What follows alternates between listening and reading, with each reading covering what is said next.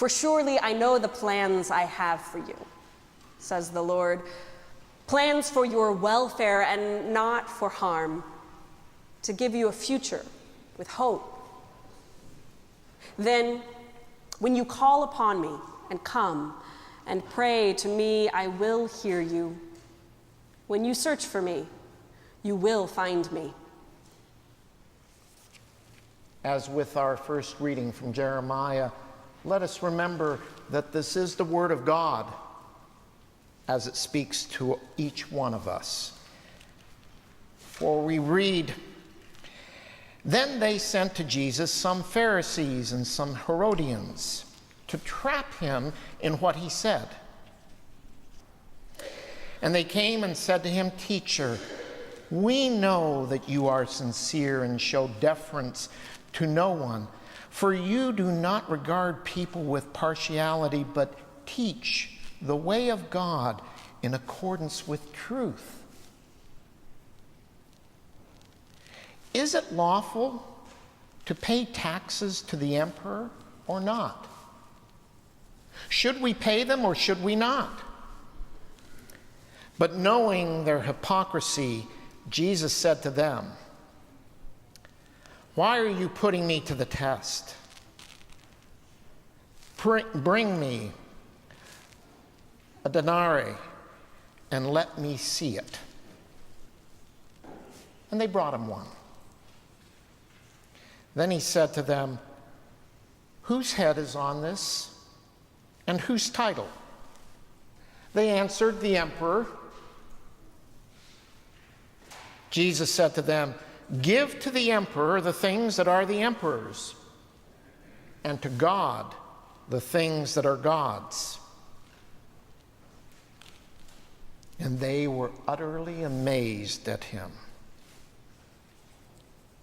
This is the word of the Lord. Thanks be to God.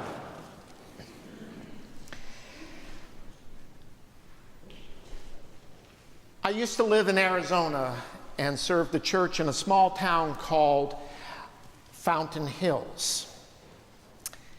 And one day while there, I had to make a deposit. It was a small deposit in the bank, but I went to the bank and put in my deposit and asked the teller after she had done all that work. I said, "Could you please tell me what our balance is?" And she typed in a few things and outspit a piece of paper, and I looked at it and I go, "Wow! $10,342? We've never had $10,000 in our checking account. I was thinking it might be $310. There must be a mistake." "Oh, no, that's it, she said. And I said, "No, we've never had that much money. You've got to look it up again." "No, that's what it says. That's yours." And I kept insisting, and she kept insisting, "No." And I kept saying, "No, there's a mistake. There has to be." And then I started to think in my head, what could I do with $10,000? And then she said, in a matter-of-fact way, after looking it up, upon my insistence, she said, Oh, that must be Mr. Hollister's money that he brought in. And we put it in your account." I lost $10,000 like that. I share that only because here we have a story that says that the Pharisees and the Herodians were trying to entrap Jesus. Can you believe that? So they figured out some kind of way that they thought they could trap him, no matter how he answered it. And they prepared their people and sent their people to Jesus with this. It went something like, okay, since God created everything, and everything is under God's control, then should we pay taxes at all? Because doesn't everything belong to God? And they thought they had him. But then Jesus said very wisely, give to the emperor the things that are the emperor's, and give to God the things that are God's. Now, I'm not going to get into questioning or judging how much you are to give to the government. I'll let them take care of that. But I'd like to suggest that we need to take a little time and really look at what the issue is here. I don't want us to sidestep what is God's. And let me be frank. There are a number of things. How many of you are lifelong Presbyterians? Raise your hands, just so I have an idea. Okay, so you know some of this already.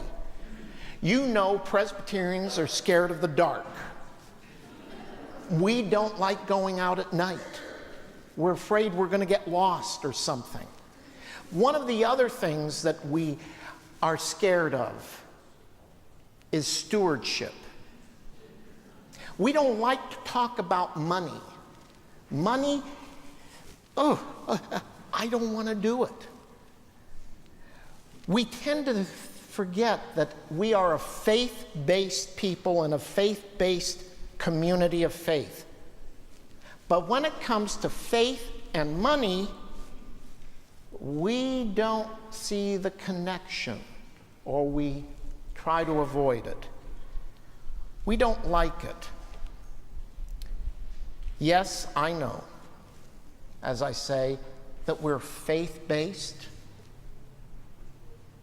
but that connection doesn't sit well with me.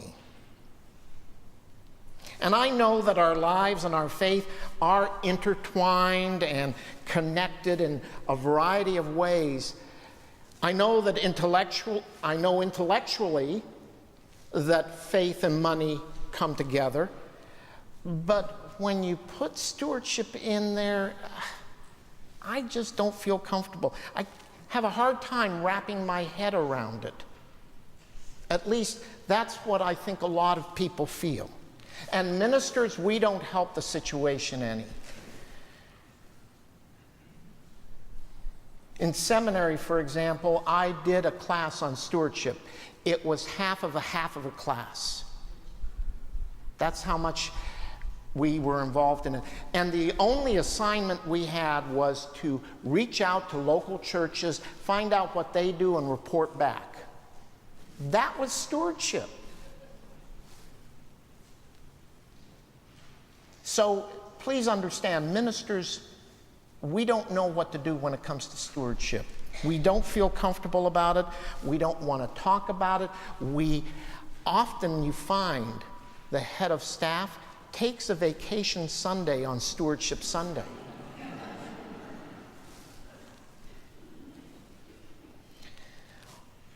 Well, one minister, for example, I was told this, one minister was so uncomfortable preaching about stewardship that he said something really silly. And he didn't mean it. He meant it as a joke, but I don't think it was heard as a joke. He said something like this. He said, listen, we need help with our budget. So if you can go out and rob a bank, that would be great, thanks. James Hatch, who had already committed a sizable amount of money to the ministry of the church, took those words literally.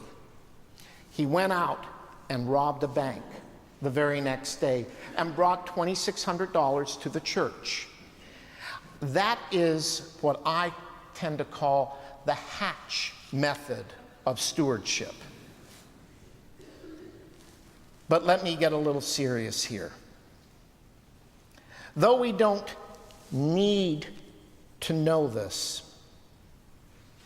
because we understand it in our hearts, stewardship is an opportunity for faith response. Being a faith-centered people, we need to give a faith-centered response to stewardship. We understand the connection between faith and stewardship, between all these different parts of what makes up the ministry and mission of the church. But we have to remember that stewardship does not stand alone. It is so interwoven throughout every facet of the church that each has a stewardship component, much like evangelism. Every committee of the church should have evangelism component to it, as they should also have a stewardship component to it. And let me make a side note here.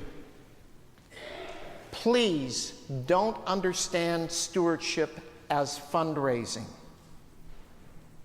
I had an elder in one church who insisted that we call it fundraising because that's what it is, and I kept insisting, no, it is not. And he never fully grasped that fact. Stewardship is not fundraising. Stewardship is a spiritual principle that we ought to embrace and celebrate. It's a principle that is celebrated in worship, in mission, in youth ministry, in children's choir, in pastoral care, in Christian education, in social justice, and even in a celebration luncheon. You're invited, by the way, to after the service. Stewardship is an integral part of who we are as Christians because it's an act of engagement. Engagement with the Almighty and with one another. And we need to understand that and embrace it. It's a reflective opportunity to inventory who we are and how we are doing as followers of Jesus Christ. And it's a chance to express our thanks and gratitude to our God for what has been awakened within each one of us. So, responsive stewardship begins with prayer. Prayer is that reflective time where we can focus on the realities that surround us.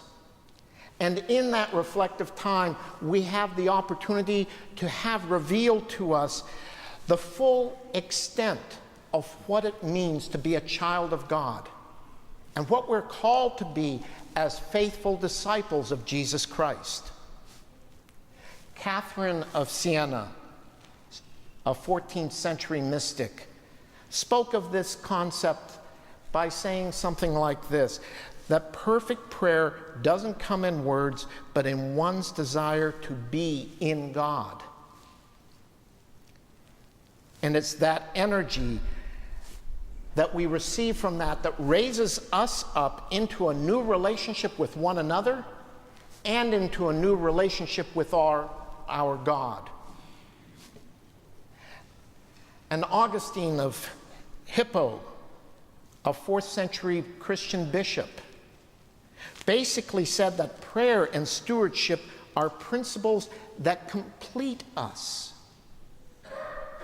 So if we can look at both of those statements, moving into a new relationship with God and one another, and prayer and stewardship being opportunities for us to become complete individuals and beings, then we begin to start that journey of understanding what it means to be engaged in effective stewardship.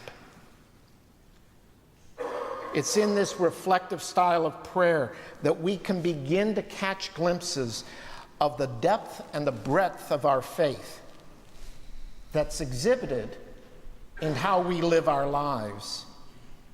For it reaches into every nook and cranny of our lives and of our ministry, together and individually, thereby infusing us with what I would think would be a burst of love from the Almighty.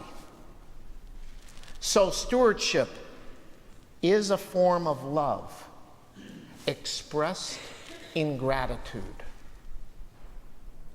For gratitude is an innate, deep response that's part of our human condition. And gratitude is an expression of our triumphs over challenges, even when we can't immediately see that as being the case. Because sometimes we can't see beyond the moment. But after a period of time, then we begin to see what is taking place. And then we begin to feel and experience the gratitude that emerges. A number of years ago, I was listening to a man named Gary Smalley. Some of you may have heard his name before. He has since passed away, but Smalley was a family therapist and had gotten some acclaims over the years. In this talk that I heard, a question was raised to Smalley. And I want to share his answer because for me, it has helped me better understand a number of things in my life, and stewardship is one of those. He was basically asked the question, what have you found throughout all of the work you've done, all of the therapy sessions you've had, all of the reading and writing you've accumulated? Is there one thing that you can point to and say, that's the glue that holds families together? And he didn't hesitate much at all. He said, yes, there is one thing. And it's in one word. It can be encapsulated in one word. And that is camping. Camping. Let me go on and explain how he shared it.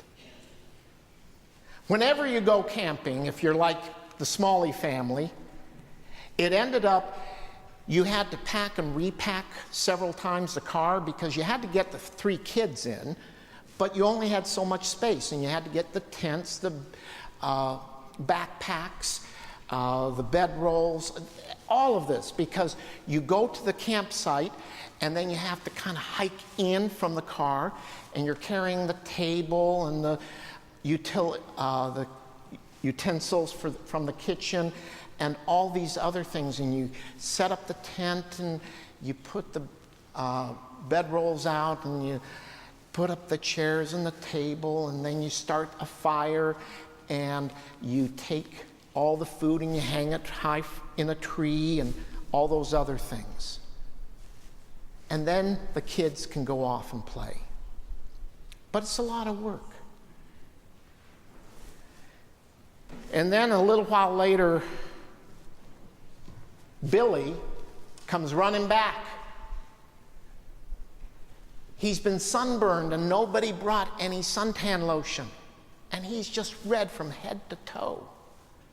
And Julie, after a while, she comes running in screaming, scratching herself because she's gotten bitten all over, and nobody brought, and they always look to the dad, I think, nobody brought the bug spray. And then there's Jimmy. Jimmy he's the daredevil. He wanted to swing out over the water on this huge rope swing and jump into the lake. He let go a little late and he landed and banged up his knee, and he needed a lot of medical attention by Mom. And that's the first day. Then you get to that night, and Dad's cooking up the meal, and after he serves it to everybody, what's in the meal? Sand. Sand got in there, and sand is in the sleeping bag, and sand is everywhere, and nobody's having a good time. You're only there for a weekend, and already nobody is having fun. This is the worst camping trip I've ever been on. I can't believe you dragged us out here to do this. I don't ever want to do this anymore. I hate Billy. He stole my food. Why is she always crying? Why is he always yelling at us? What's going on? And you're driving home saying, never again, never again. And then several days pass, and you're sitting watching TV with everybody, but nobody's talking to anyone. Still angry. And then something comes up on the TV, and somebody said, doesn't that remind you of that place out by the lake when we were out there? And then the stories start. And all those stories keep coming out. That was so funny when Billy didn't have any sunscreen and he got burned. Oh yeah, it was funny, And all of a sudden, you're a family. You have endured the worst camping trip together, and you loved every minute of it. And by the end of the night, people are saying, when are we going camping again? That was the best one I've ever been on. Yeah, it was, wasn't it? I'll admit to you, I've had moments with my family just like that. And it brought us together because it became our story. We embraced it, we owned it, we loved it, even the bad stuff. That was ours, and nobody can take that away from us. Well, now you're probably asking, okay, how does all of that relate to stewardship? Well, for me, and maybe this is just a little folksy kind of way of looking at it, my takeaway from all of it is, you see, we're always going to have tough times, challenging times, scary times, uncertain times. And we're always going to be bickering with someone, arguing, disagreeing, not thinking they are thinking the right way, or thinking they're not thinking the right way.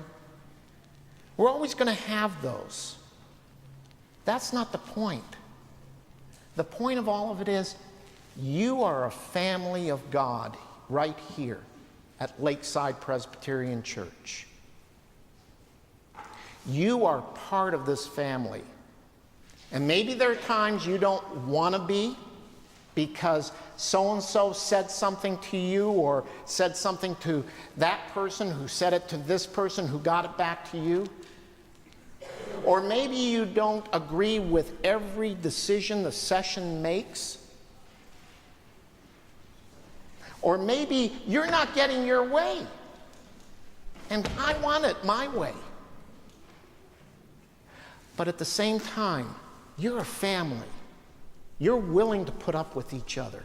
You're willing to hold each other when you're struggling, when you're hurting, when you're crying. You're willing to sit by a bed when a member of your family is breathing their last breath. You're willing to cry when you see a young person slip and fall hard. And you're willing to be that which lifts everyone up, holds them, sustains them, and gives them a word of hope, even in the most difficult of times. Because you're the Church of Jesus Christ. And that's what we're about, my friends. That's who we are. We aren't going to turn our back on somebody. We aren't going to walk away from somebody because they've upset us. We're not going to disown anybody. Rather, we're going to keep our arms as wide open as possible and keep welcoming them in and hugging each one of them because they are part of your family. And for that, I say thank you to God for that opportunity, and thank you to you, for you are the hands, the feet, the eyes, the ears, and the voice of God that is so often needed and so often welcomed. In the name of our Creator, our Redeemer, and our Sustainer, amen.